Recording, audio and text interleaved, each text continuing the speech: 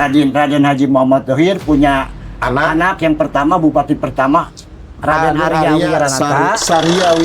Arya Wiranata. Punya anak lagi salah satunya dalam salawat atau Suryaninata. Yang sekarang disebut ini makamnya. Kalau menurut kebijakan, beliau ini selalu bersalawat terus. Makanya terkenalnya ini dalam salawat. Adapun paham-paham lain, mangga. Ini paham-paham saya yang saya pengetahuan selama saya di Bogor. Dengan tasbihnya apa, ngelempar tasbih gitu. Oh, melempar tasbih ke masjid, akhirnya api padam. Karek yang api itu. Ya, yang api kebakaran. bakar. Akhirnya api mati. Ya Rasulullah.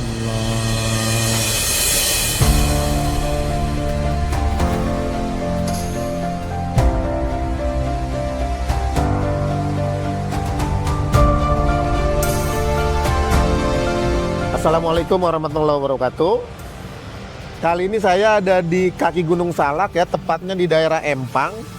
Ini ada kawasan makam keramat Kota Bogor ya, makam dalam sholawat ya. Makam ini yang dikeramatkan khususnya di daerah Kota Bogor dan bisa kita berziarah ke dalam makam dan nanti ada penjelasan dari juriah dan pengurus makam ini. Ayo kita ke dalam.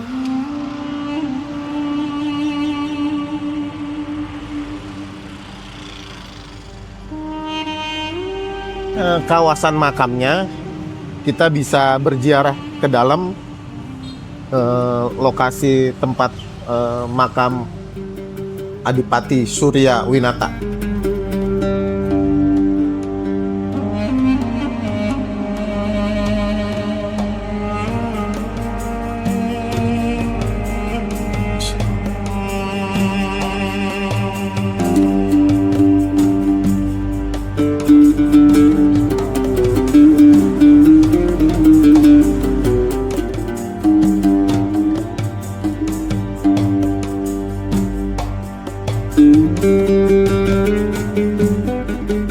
Beberapa makam ini adalah itu yang paling tua, Raden Thohir yang mendirikan Kota Bogor.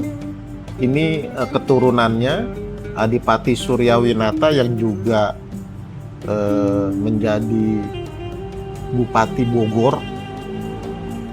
Ini adalah kawasan makam keramat yang ada di daerah Empang, Kota Bogor. Berkah dan semoga menjadikan ini makam keberkahan buat orang Bogor sebagai paku buminya. Wassalam.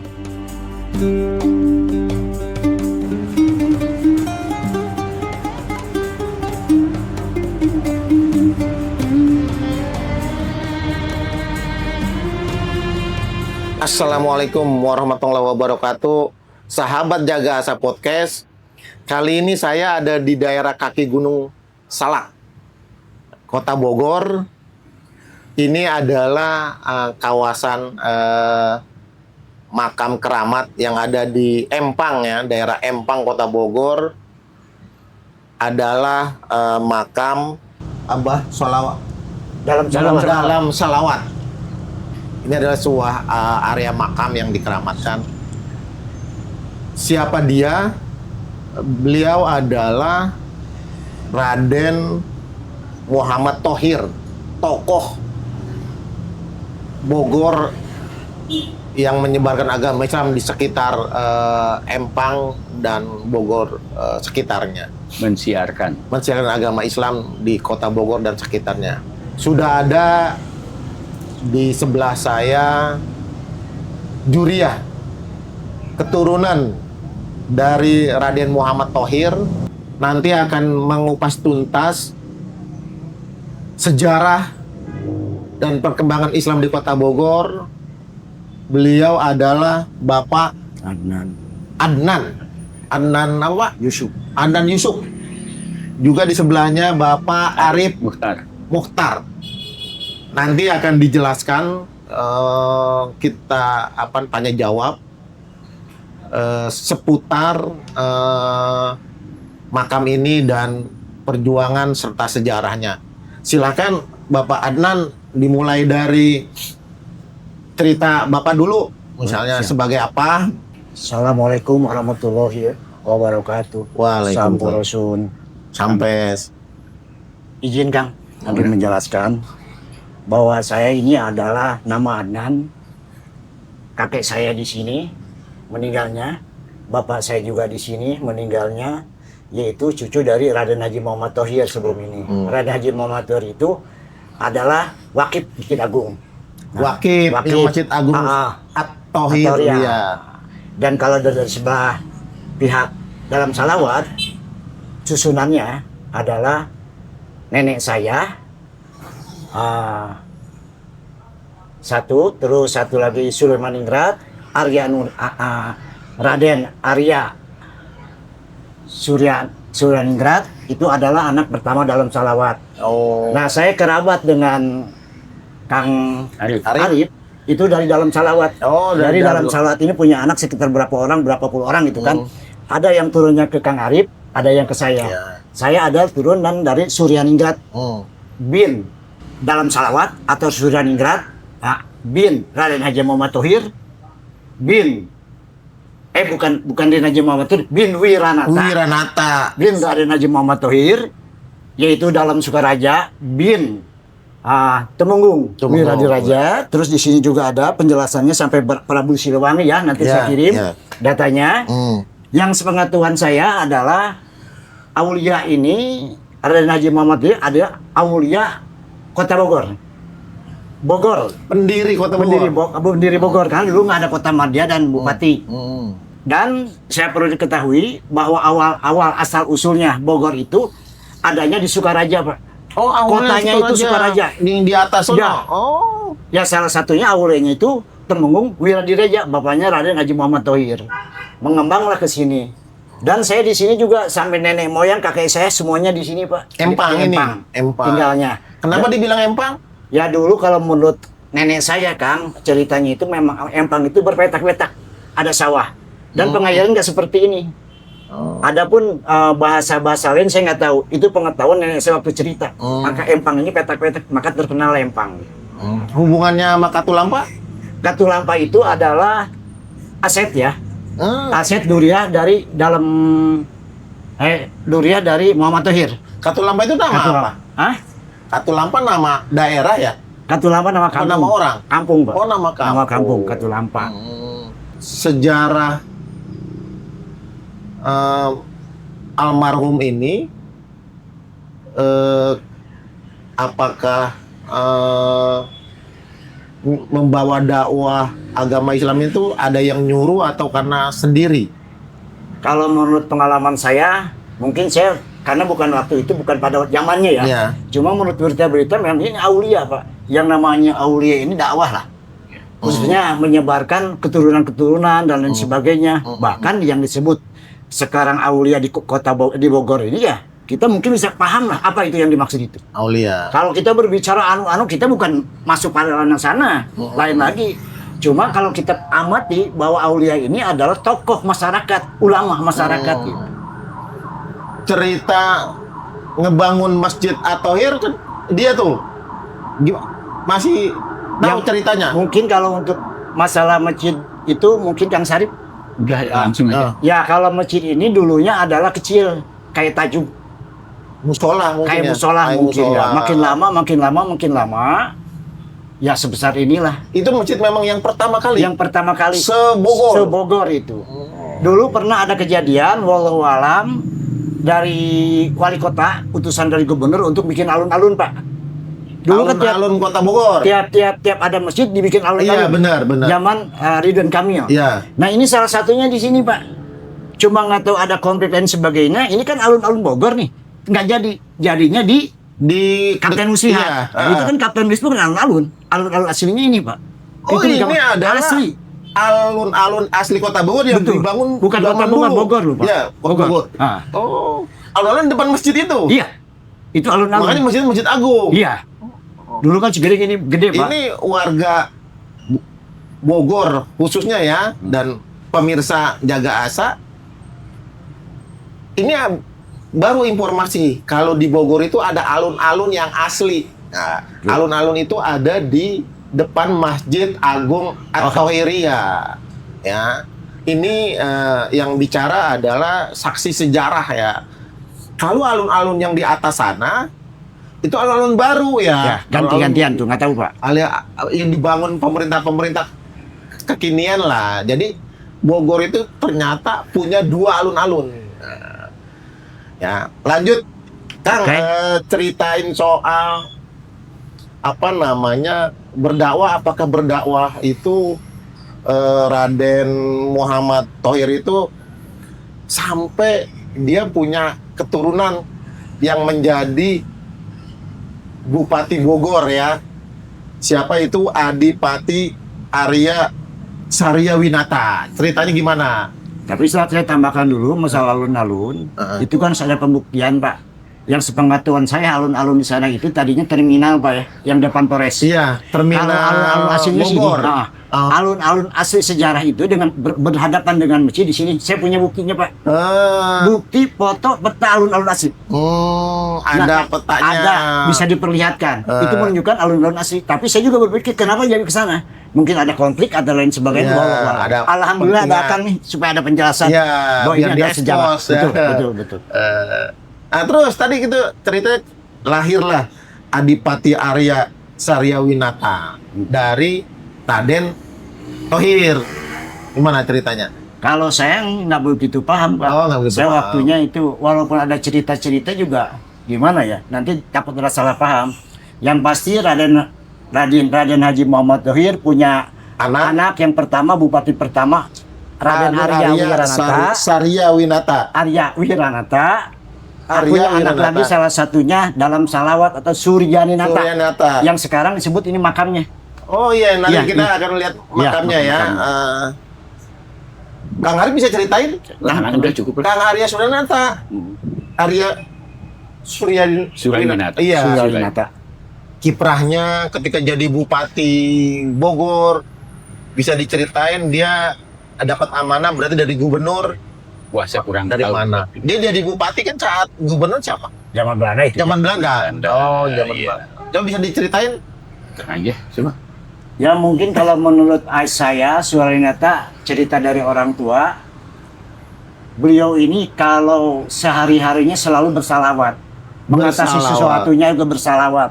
Sampai sekarang salawatnya diterapkan di Masjid Agung Masjid Agung tiap hari At-Tahir. Jumat. Nah, salawatnya itu yang dibawakan. Kalau nggak salah dibilang salawat Jibril apa namanya? Wallahu alam. Salawat Jibril. Ya, selalu diutarakan itu. Nah, Menjelang sholat. iya tiap Jumat itu. Oh, Tiap Jumat. Jumat atau tiap waktu? Kalau Sholat? tiap sholat, karena saya nggak sholat di sini, banyak Oh, kadang-kadang ya. nggak, Kalau nggak. Jumat udah pasti ya, Udah, salawatnya kalau itu Jumat. dibacakan. Oh. Ya. Terus kedua, kalau mengambil kebijakan, ini menurut gambaran yang lain Pak ya. Kalau mengambil kebijakan, beliau ini selalu bersalawat dulu. Makanya terkenalnya ini dalam salawat.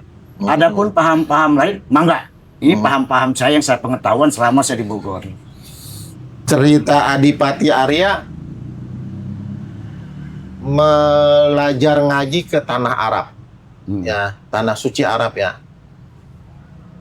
Itu berapa lama di sana? Terus sampai dia balik, namanya dapat gelar baru Muhammad Sirot. Muhammad Sirot. Ya, namanya jadi Muhammad Sirot. Terus gimana ceritanya bisa berubah? Itu salah Pak. Kalau Wiranata, salah. Kalau Arya Wiranata itu meninggal di sana, Oh, yang dibilang Adipati Suryanata itu Muhammad Sirot. Setelah kata Kang Sarip, setelah kesini maka adipatinya nggak dipakai kan? Iya. Dipakainya dalam salawatnya karena sesuai dengan mungkin tingkah lakunya bersalawat menurut saya itu. gitu. Syekh Haji Raden Muhammad Sirot. Ya. Itu adiknya. Anaknya Raden anaknya. Wiranata, cucunya Thohir. Thohir ya. Oh. Nah, beliau inilah yang punya kelebihan-kelebihan karomah-karomah ya. Betul. Misalnya itu ketika masjid kebakaran. Beliau ambil air, kemudian air itu dia minum dan dia sembur ke area masjid dan airnya turun hujan. Itu ada cerita tuh. Kalau saya itu nggak begitu paham Pak, yang pasti paham beliau ini selalu bersalawat. Mungkin Pak Sarip yang bisa menjelaskan. Waduh, saya nggak berani. Hah? Sukanya. Kalau saya nggak, kalau ke mistik sedikit itu kurang paham Pak. Logikanya beliau ini adalah selalu bersalawat itu aja. Soalnya saya ada cerita seperti itu, Pak Mungkin. Ari. Ada, tapi Apakah- jangan di ini udah jadi shoot ya. Oh, ini jangan. Apa tuh ceritanya dengan tasbihnya apa ngelempar tasbih gitu. Oh, melempar tasbih ke masjid, akhirnya api padam. Ke arek yang api itu. Iya, Yang- api kebakaran. yang kebakar. Akhirnya api mati. Terus ada cerita burung apa tuh ya? Ada cerita burung elang. Iya. Cerita burung elang ngambil ayam warga. Wah. Warganya nangis-nangis. Terus burung elang itu dikasih kode. Oh, itu balik lagi. Itu akhirnya burung elang balik lagi nurunin ayamnya. Betul. Itu betul ya? Betul itu. Jadi bisa komunikasi ya. ya itu berbeda dengan waktu kebakaran. Itu pakai tasbihnya, Pak. Oh, kalau kebakaran pakai tasbih, kalau Iya. burung elang kasih kode. Enggak, bukan disembur pakai ini. Bukan ngelempar tasbih ya. Apinya padam gitu. Iya. Kalau yang burung elang Ya, itu ada cerita lagi. ada cerita lagi. Iya. Kasih kode. Iya. Artinya memang Kembali lagi burungnya. Raden Arya ini bisa komunikasi Iya. dengan hewan ya. Sama katanya bisa bicara sama singa. Jadi singa macan ya Iya. turun dari gunung ketangkap sama warga. Dan itu Raden Arya itu mengelus kepalanya singa. Jangan meraung-raung. Itu ada cerita gimana Bang Arif? Saya belum bisa jawab gitu. Oh, ya. belum bisa jawab. Ya, Saya ya. dapat cerita. Memang punya kelebihan seperti Punya itulah. kelebihan. Jelasnya saya nggak bisa cerita detailnya gitu. Saya dapat juga nih informasi bahwa Raden Adipati Arya ini bisa ngebelah atau membuat aliran sungai ke Cisadane. Ini ada ceritanya gimana? Saya detailnya nggak jelas Pak Iya. ya, hanya cerita-cerita lah itu ya. Ada cerita gitu ya. Ah, Bener ya, jadi turun-turun. Cisadane ini dari sini ya, dari Bogor sini ya, Iya. alirannya. Iya. Makanya wilayah Cisadane di dekat Jakarta bagian barat itu banyak pertanian gara sungai ada Iya, sungai iya. Cisadane. Irigasi Irigasi. kayak Irigasi lah. Sekarang namanya sungai Cisadane. Betul. Iya. Jadi memang warga Cisadane ini adalah hulunya dari Bogor. Yang buat aliran sungai itu adalah Raden Arya, biar paham ya orang-orang sekitar Sadane. Nah, ini ada lagi nih cerita apa namanya, kalau berdakwah dia membawa topeng monyet. Ini saya ada cerita, jadi Saya kurang. dia menceritakan Iya. kenapa topeng monyet. Dia bilang monyet itu binatang yang tidak ada otaknya tapi mau disuruh naik ini, disuruh ini. Kalau manusia dikasih otak gitu, jangan berbuat yang enggak. Apa benar waktu berdakwah ada sambil main topeng monyet gitu?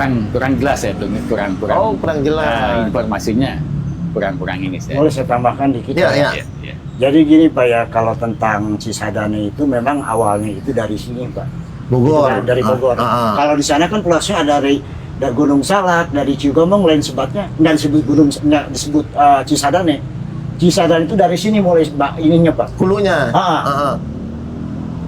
Akhirnya yang Jadi- dimaksud dibelah itu kemudian di sini Pak. Ada Iya. ke pulau, ada ke sana, wallahu a'lam. Iya. Cuma saya Ada Ciliwung. enggak, lain. Oh, lain Ciliwung lagi. dengan Cisadane lain Oh, lagi. beda, iya. Kalau Cisadane ke Tangerang, Ciliwung ke Jakarta. Iya. Ada salah satu cerita keturunannya Pak ya. Ini hanya suatu hal yang mungkin di apa ya, diresapi lah, sangat luar biasa, yaitu Raden Haji Muhammad Thohir, Nah, ya mau kakek kakek. saya. Yang dibilang Bapak Maung-Maung itu sebenarnya zaman kakek saya Pak. Raden Haji Muhammad Thohir di rumahnya itu, menurut orang yang di situ suka ada maung dan sebagainya. Kerjaannya dia itu demang tadinya. Oh, Demang. Sampai dapat pensiun nenek saya ini. Ada salah satu yang perlu digarisbawahi, punten ya, kaki saya, bukan saya untuk menyombongkan, tapi kelebihannya itu dia itu suka menolong orang. Orang itu tenggelam di sini, semuanya ditolong sama dia. Semuanya, hampir semuanya. Kalian tenggelam dulu dalam, Pak. Oh, banjir. Dalam, bener ini air dulu bener. Dalam dulu. Sekarang aja udah dekat. Tiap ada yang itu turun, tiap ada itu turun. Nah, pada waktu itu di dam ini ada yang meninggal, datang ke kakek saya. Kakek saya itu tinggal di Ainu Sanci, Pak, dekat Anisat. Sewaktu datang, Pak, punten abdi hoyong ditulungan putra abdi atau saudara abdi tenggelam terus lalu ke timur-timur. Ketemulah salah satu habib ya, Abdullah Muhammad di situ yang punya Ainu Sanci. Nggak ada.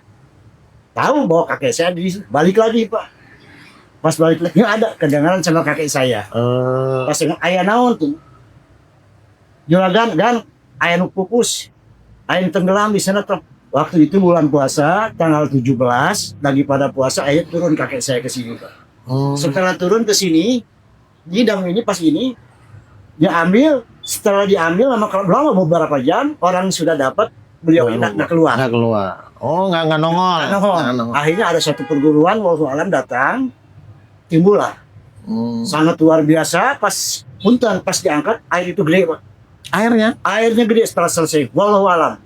Yang saya buktikan sewaktu saya cucu lagi kecil juga, beliau ini suka mancing, Pak.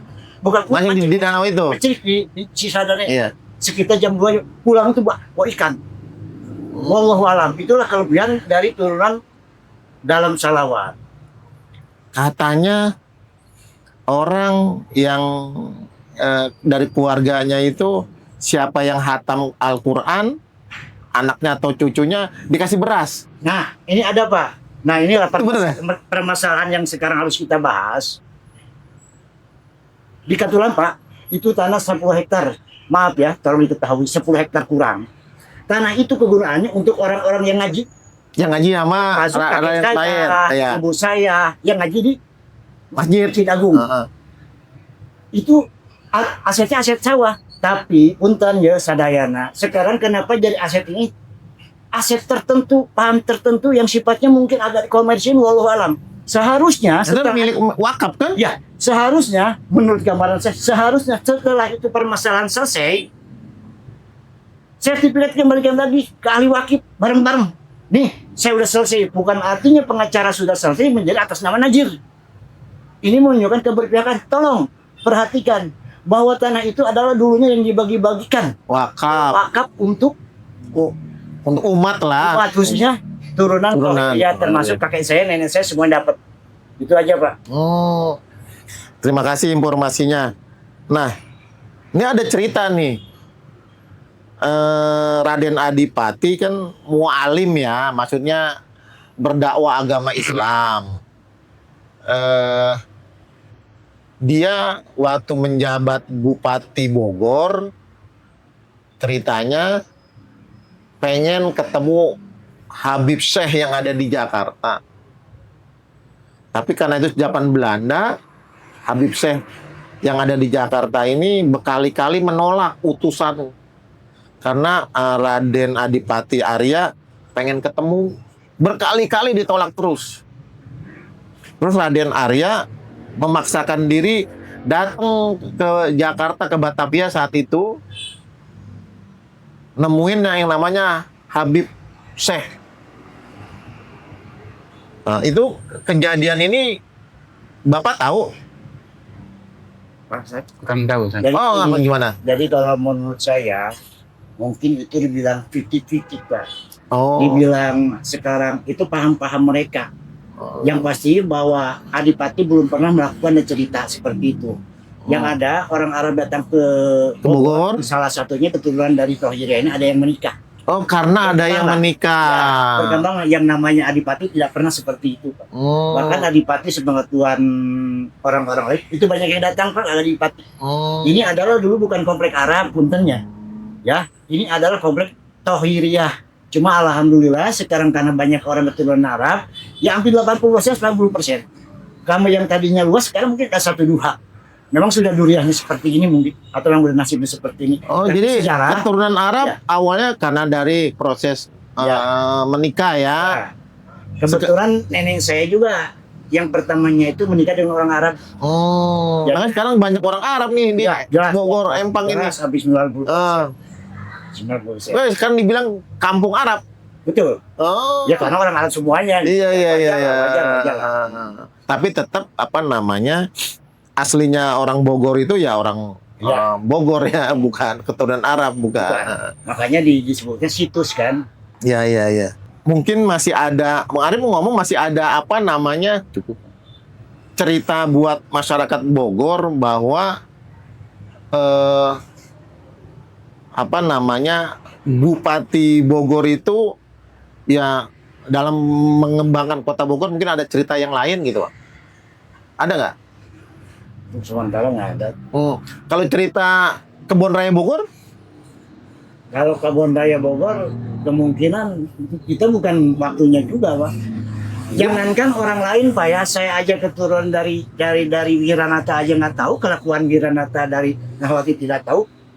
Kok orang lain tahu gitu? Dari mana itu? Apakah ngarang atau lain sebagainya? Maksud saya kalau ada hal-hal yang sedikit nggak religius, buktikan gitu. Jangan berbicara. Saya berbicara seadanya Pak Sarip ya. Saya tidak menama-namakan kan. Itu kejadian yang ada di Empang. Waktu beliau jadi bupati ada nggak apa namanya peninggalan atau warisan apa selain kepemerintahan bahwa memang Adipati Arya ini banyak sekali keturunannya yang menjadi bupati, yang menjadi pamong ya, bener Pak ya? Betul betul. Karena dari Raden Attahiria ini ya. Ya, itu turunannya dulu ada salah satunya ya kalau pejabatnya banyak, salah satunya wali kota Sukabumi, wakil wali kota Bogor, setelah wali kota Bogor dia jadi wali kota Sukabumi yang pertama, itu keturunan dari Tohiria, Pak. Kalau Karawang, Purwakarta, Cianjur. Kalau Cianjur memang itu satu rumpun, Pak. Kalau dulu Cianjur itu awal dari Cianjur, Pak. Nanti saya kirimkan dari Subang ya, Wangsa Goparna. Wangsa Goparna turun dari Prabu Siliwangi. Yang saya tahu dari Wangsa Goparna ke dalam Supunur, bla bla bla bla bla sampai sekarang sih. Oh, jadi ada hubungannya. Ada. Kalau dari Bogor ke Cianjur? Ada, karena dalam Salawat. Dalam Cipunur ya. Dari Bogor ke Purwakarta, ke Karawang. Ya, karena itu tadinya ada Wangsa Goparna, bapaknya Cikunul ini. Oh. Ya. Jadi memang Bogor ini sentral ya. Tuh. Di antara Cianjur, Karawang, Purwakarta, Sukabumi juga. Betul. Sampai Sukabumi, Garut, sampai. Ada silsilahnya. Oh, jadi memang apa ya? Satu induk lah ya ibaratnya. Jadi Sundanya Sunda beda sama Sunda yang Cirebonan gitu ya. Ya, itu perbatasan. Tasik nggak nyambung Pak ya? Kalau di Cirebon turunan juga ada dari. Oh. Ada. Saya semua saudara di sana. Dulu Pasundan di sini Pak ya? Kerajaan. Kalau Pasundannya nggak tahu, kalau kerajaannya kan di sini Pak Pajajaran. Iya, Pajajaran. Batu Tulis. Kebon Raya itu kan. Itu salah satu wilayahnya. Masih ada keturunannya? Kemarin? Ada. Oh, nyambung. Nyambung. Ya Pak Sarip nyambung kita tuh. Mungkin ada apa prasasti golok atau apa Pak? Apa Dulu ada. Kakek saya dibilang itu golok sepat dan lain sebagainya. Sekarang apa itu? Golok sepat bisa diceritain? Iya, kalau golok sepat dulu makanya saya sering ngelihat di Katulampa jadi permasalahan dan sekarang sudah tidak maksud saya hanya sepihak ya. Kalau hanya sepihak saya harus balik lagi ke Masjid Agung. Itu kakek saya ke sana sama orang-orang di sana disebutnya suka bawa golok sepat. Golok sepat bawa alam itu salah satu dari masyarakat di sana. Ini satu lagi Pak yang saya golok sepat bentuknya kayak sepat aja gitu. Tapi tajam. Oh jelas. Bukan kujang Pak. Kan Bukan Bogor kujang lain-lain. Ini kan kedaerahan.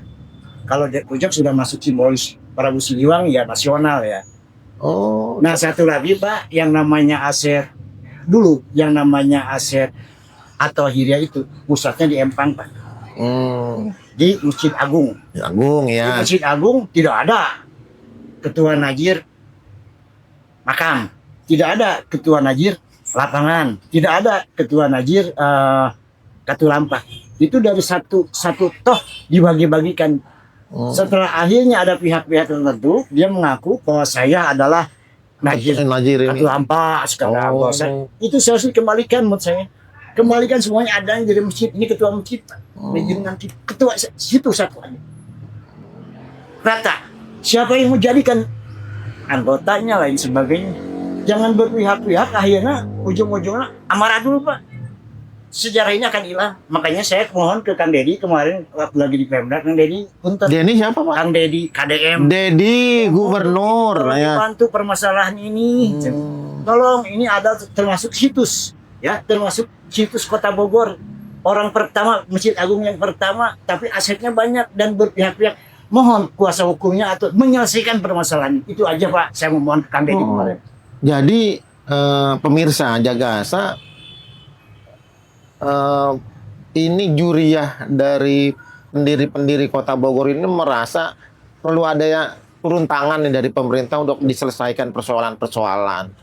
Karena persoalan ini menyangkut keberkahan ya, soal masjid, soal tanah ya, dan lain sebagainya.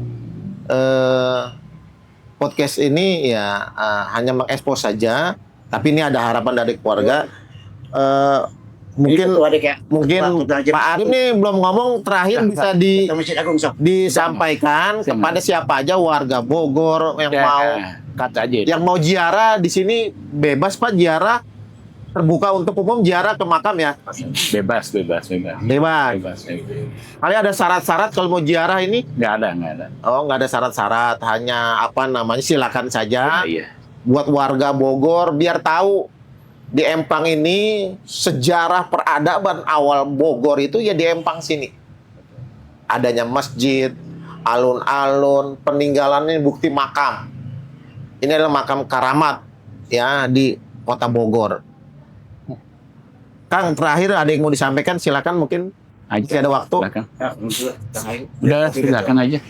Ya mungkin kesimpulannya saya juga mewakil dari Ketua Najir Masjid Agung, Kang. Ini Ketua Masjid Agung. Mudah-mudahan permasalahan ini balik lagi ke Masjid Agung. Sentralnya Masjid Agung. Dari zaman dulu juga Masjid Agung. Yang Katulampa tadinya adalah untuk dari Masjid Agung, dibagi bagian dari Masjid Agung. Di sana hanya sekedar penggarap, ya. Terus lapangan juga tadinya alun-alun, ada pemasukan. Sekarang wallahu alam bentuknya seperti apa. Saya berharap sekali lagi mewakili Ketua Najir Masjid Agung, harus ada turun ke pemerintahan baik secara hukum atau dan bantuannya, dan atau bentuknya gimana tergantung pemerintah lah. Ini mau dikemanakan, yang masih ini sejarah, yang ini situs aja. Itu aja Pak. Wabillahi taufik. Assalamualaikum warahmatullahi wabarakatuh. Waalaikumsalam, terima kasih. Bupati Bogor itu ya dalam mengembangkan Kota Bogor mungkin ada cerita yang lain gitu Pak. Ada nggak? Sementara nggak ada. Kalau cerita Kebun Raya Bogor? Kalau Kebun Raya Bogor kemungkinan itu bukan waktunya juga Pak. Jangankan orang lain Pak ya, saya aja keturunan dari